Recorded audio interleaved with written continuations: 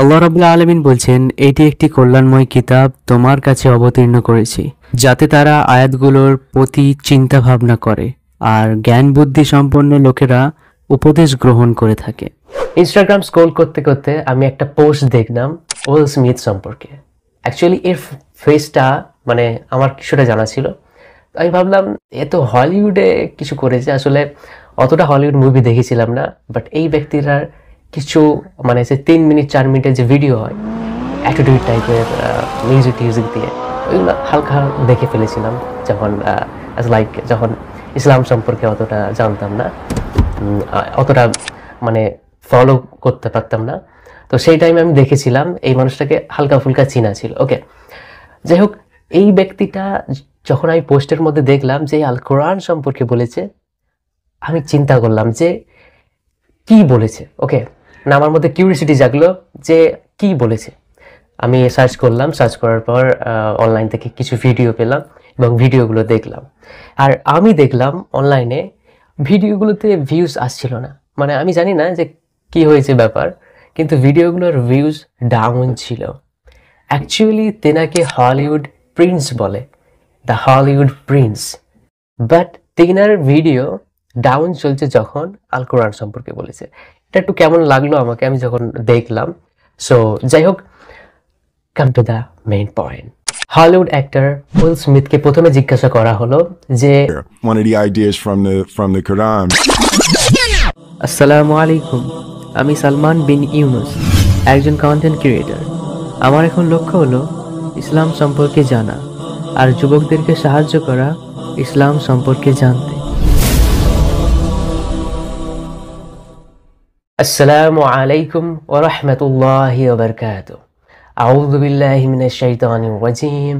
বিসমিল্লাহির রহমানির রহিম। রব্বি জিদনি ইলমা। আজকে আমরা Hollywood actor, famous Hollywood actor will Smith সম্পর্কে আলোচনা করব, কারণ তিনি আল কোরআন সম্পর্কে কিছু কথা বলেছেন বিগ টাইম পডকাস্টে। You told me that you read Quran last Ramadan. What did you discover? I was shocked how much Moses was mentioned. Yes. Yeah. This is right. Yeah.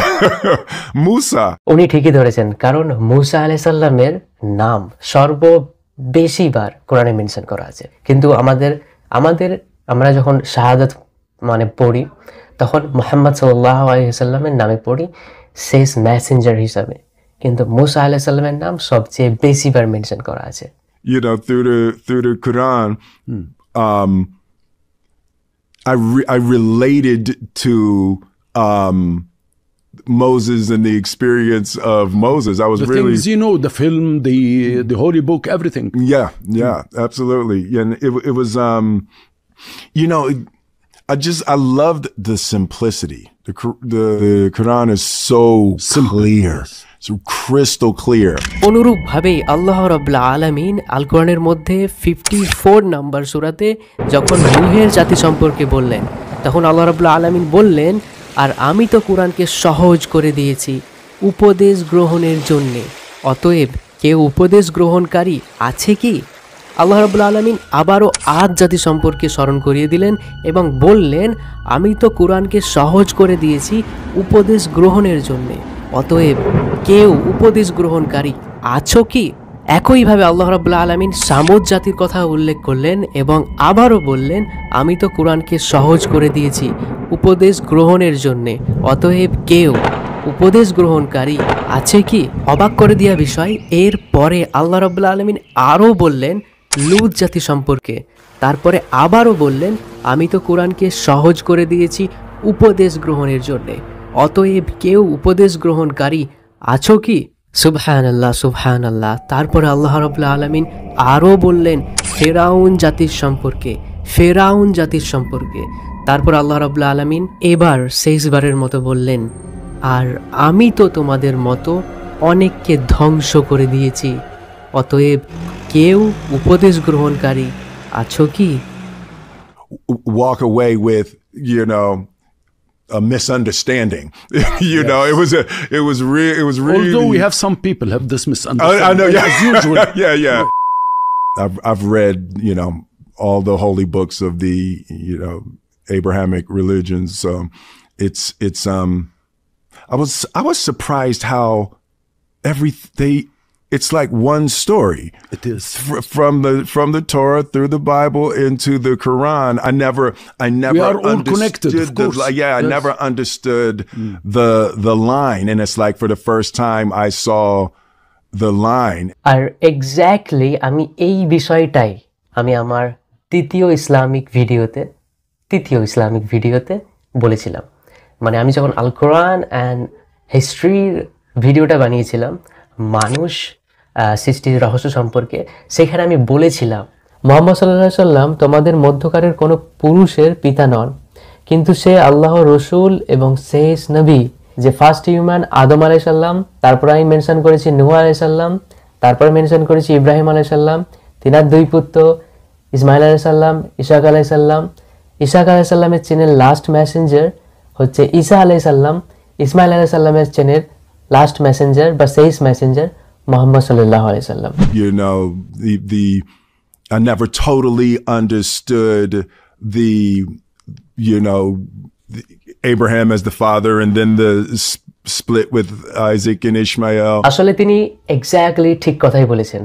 Abrahamic religion, যেটাকে আমরা Ibrahim religion বলি, বা এই কনসেপ্টে যদি আমরা ধর্মগুলোকে দেখি তো খ্রিস্টান পাবো আর ইহুদি পাবো আর ইসলাম মুসলিম পাবো। ওকে, ইটস লাইক কেমন একটা কনফিউজ লাগছে না? কিন্তু আমি এটাই আমার ভিডিওতে মানুষ সৃষ্টির রহস্যতে আমি বলেছিলাম, অ্যাকচুয়ালি এই পয়েন্টটা আমি বলেছিলাম। ইব্রাহিম আলাইহিস সালামের দুই সন্তান ইসহাক আলাইহিস সালাম, ইসমাইল আলাইহিস সালাম, এই যে দুটো ভাগ, মানে এই যে দুটো চেইন, এই চেইন কীভাবে একটার পর একটা আল্লাহ রাব্বুল আলামিন মানে নবী মাধ্যমে পাঠিয়ে বোঝানোর চেষ্টা করেছিল। আর আসলেই আমাকে তিনার পয়েন্টগুলো খুব ভালো লেগেছে, কারণ তিনি যেভাবে বললেন বা এক্সপ্লেনেশনগুলো দিলেন, অ্যাকচুয়ালি তিনি সঠিক পুরো আল কোরআনকে পড়েছেন।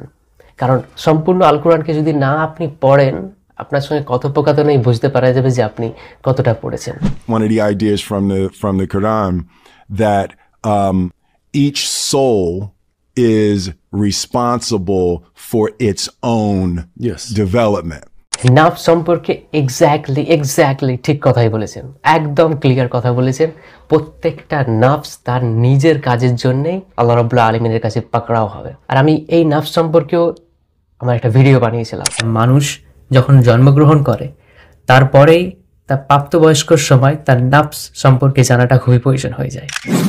নাফস কি? তোমার নিজের মন। আচ্ছা, নাফসের কেন প্রয়োজন? পৃথিবীর বুকে তুমি যা যা করেছো সমস্ত কিছু আল্লাহ রাব্বুল আলামিনের খাতায় লেখা থাকবে। এই জন্যই পৃথিবীর বুকে তোমার আখলাককে, তোমার নাফসকে, তোমার পার্সোনালিটিকে ভালো করে ডেভেলপমেন্ট করতে হবে, যাতে তুমি আখিরাতের দিনে আল্লাহ রাব্বুল আলামিনের কাছে প্রত্যেকটা বিষয়ে পাকড়াও না হয়ে যাও। আর এই ভালো নাফসদেরকে আল্লাহ রাব্বুল আলামিন খুব সহজেই জান্নাতের মধ্যে দাখিল করবেন ইনশাআল্লাহ তাআলা। আর খুব ভালো লাগলো যে আমি একটা যে লোকেশন হিসাবে যাচ্ছি, এই মানুষটা খুব সুন্দরভাবে একটা পয়েন্টকে বললেন, যেটা হিস্ট্রিক্যাল হিসাবে তিনি দেখেছেন, আর আমি আমার চ্যানেলে সায়েন্স, হিস্ট্রি ইত্যাদি হিসাবে বলে থাকি। ওকে, অ্যান্ড সাইকোলজির পার্টে আমি নাফস সম্পর্কে আলোচনা করেছিলাম। Crazy, totally crazy. আল্লাহু আকবার। আর আমি সর্বদা বলি যে আমি যে মানে এপিসোড হিসাবে যে ভিডিওগুলো দিয়েছি সেইগুলো দেখার অনুরোধ করি, কারণ ইসলামকে বুঝতে গেলে শুরু থেকে বুঝতে হবে তোমাকে। এবং বিগ ব্যাং কি শুরুবাদ নয়, ওকে, ইসলামের শুরুবাদ আলাদা। কিন্তু আমি সায়েন্সকে রিলেটেড করে তোমাদের কাছে দেখিয়েছিলাম, কারণ আধুনিক যুগে মানুষ সায়েন্স করে, ওকে, বাট সায়েন্স খাটিয়ে দেখো সব কিছু ক্লিয়ার পেয়ে যাবে। শুধু পড়তে হবে, পড়লে তুমি বুঝতে পারবে। এবং হেদায়েত দেনেওয়ালা আল্লাহ রাব্বুল আলামিন। আমি আশা করি তিনার উইল স্মিথকে আল্লাহ রাব্বুল আলামিন যেমন হেদায়েত দেন, তিনি যেমন ইসলামের ছাওয়াতে আসতে পারেন, এবং আখিরাতকে যেন মানে আখিরাত যেমন আল্লাহ রাব্বুল আলামিন আমাদের সবের যেমন ঠিক করে দেন, সহজ করে দেন, আসান করে দেন ইনশাআল্লাহ তাআলা। It was beautiful to get the completion of that comprehension. You have a beautiful mind, man. Yeah, well, thank you, man.